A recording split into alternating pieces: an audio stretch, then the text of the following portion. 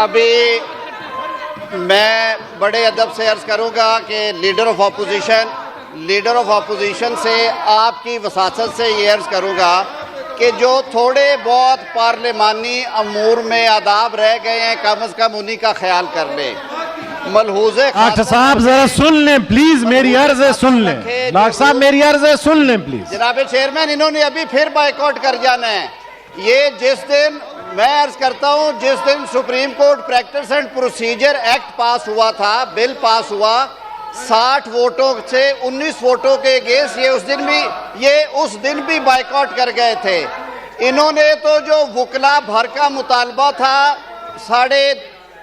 2,60,000 वकला की वेलफेयर के बिल पे भी इन्होंने बाइकआउट किया और इन्होंने कहा कि फाड़ के कॉपियां फेंकी। इन्हें आदत पड़ गई है बाइकआउट करने की, ये बात सुनते नहीं है। इसलिए नहीं सुनते कि ये 60 वोटों के अगेंस्ट 19 वोटों से उस दिन डिफीट हो गए थे। आज इस हाउस में बैठी पार्लिमानी जमातों के 9 सरबराहान की इजाज़त से बलूचिस्तान, सिंध और खैबर पख्तूनख्वा के सेनेटर्स ने एक करारदाद पेश की जिसमें कहा गया कि आइन के आर्टिकल 224 की सही रूह ये है कि निगरान सेटअप्स में पूरे मुल्क में बैक वक्त इलेक्शन हों। ये बैठ के बात नहीं करते, इन्हें सिर्फ कागज़ फाड़ने आते हैं और हवा में उछालने आते हैं। ये तो उस जमात के पैरवी करने वाले हैं जिसका चेयरमैन कहते हैं मैंने मेंबरान से पूछ के नहीं, मैंने वकला से मशवरा करके सूबे की असेंबली तोड़ी थी और आज उसमें इलेक्शन नहीं हो रहा है।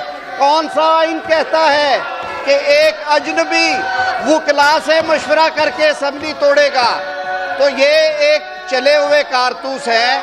मैं इनसे ये अर्ज करूँगा कि लड़ाई के दौरान लड़ना चाहिए, मुक्का वही होता है जो लड़ाई के दौरान इस्तेमाल हो। आप पार्लिमानी अमूर और रूल्स ऑफ प्रोसीजर की पाबंदी करें। ये हाउस भरा पड़ा था, कम से कम 60 लोगों की मौजूदगी में ये रेजोल्यूशन पास हुई है।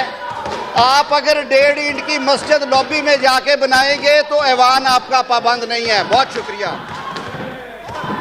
Thank you sir. आप जी मुश्ताक साहब, ऑर्डर नंबर 23 प्लीज। मुश्ताक साहब प्लीज।